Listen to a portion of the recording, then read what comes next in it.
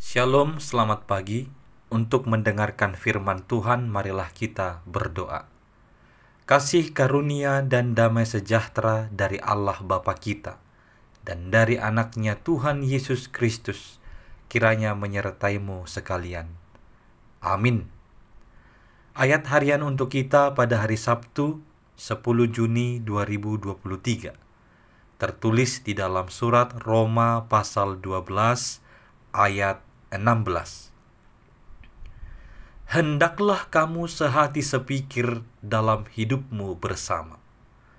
Janganlah kamu memikirkan perkara-perkara yang tinggi, tetapi arahkanlah dirimu kepada perkara-perkara yang sederhana.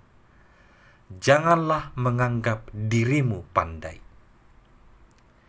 Saudara-saudari yang dikasihi oleh Tuhan Yesus Kristus, kita diciptakan sebagai makhluk sosial yang tidak bisa hidup tanpa orang lain, yang tidak bisa hidup hanya untuk diri sendiri.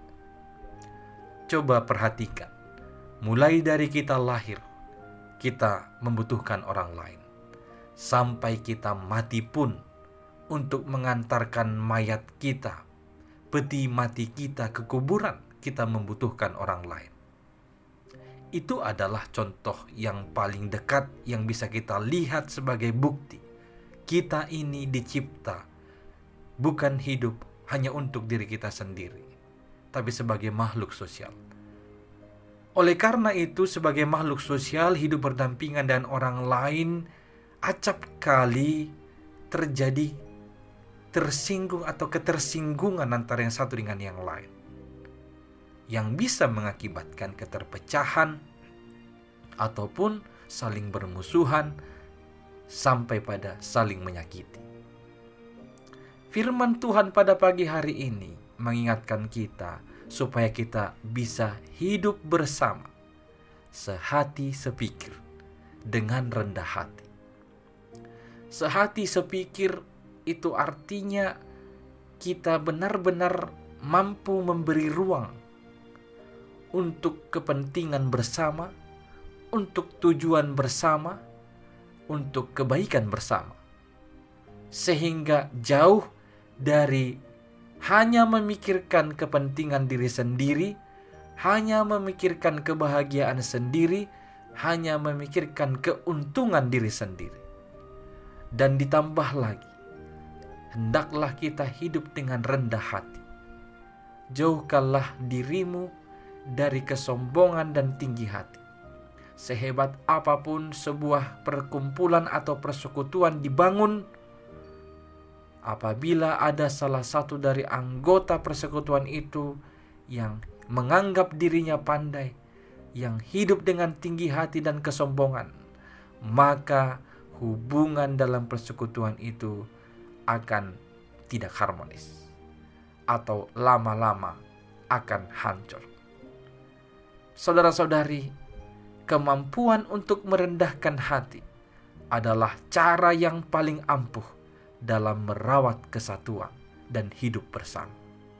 Tidak akan pernah tercapai kesatuan dalam rumah tangga, dalam kumpulan, dalam gereja, serta dalam kelompok lainnya kalau setiap anggota berlomba-lomba meninggikan hati. Sebaliknya, kesatuan akan terpelihara jika setiap orang berlomba-lomba untuk merendahkan hatinya. Disebutkan dalam ayat ini, janganlah menganggap dirimu pandai. Kita akan susah berbicara dengan orang yang merasa lebih pandai. Janganlah kita meniru orang yang merasa pandai. Sebaliknya, orang yang mau mendengar dan tidak menggurui akan lebih mudah berinteraksi dengan sesama. Jika setiap orang mau meneladani sikap yang dikatakan oleh Rasul Paulus di dalam ayat 16 ini, maka kesatuan dan damai sejahtera akan terpelihara. Kesatuan yang berlandaskan atas firman Tuhan itu menjadi kekuatan bagi orang percaya. Marilah kita menghidupi kerendahan hati dan tidak senantiasa selalu merasa lebih pandai dari sesama kita.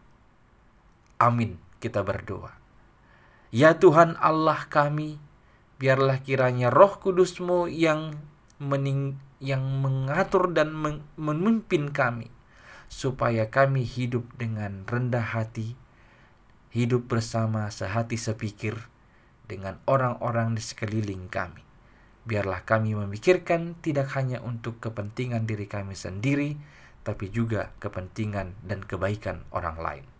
Dalam Kristus Yesus kami berdoa. Amin.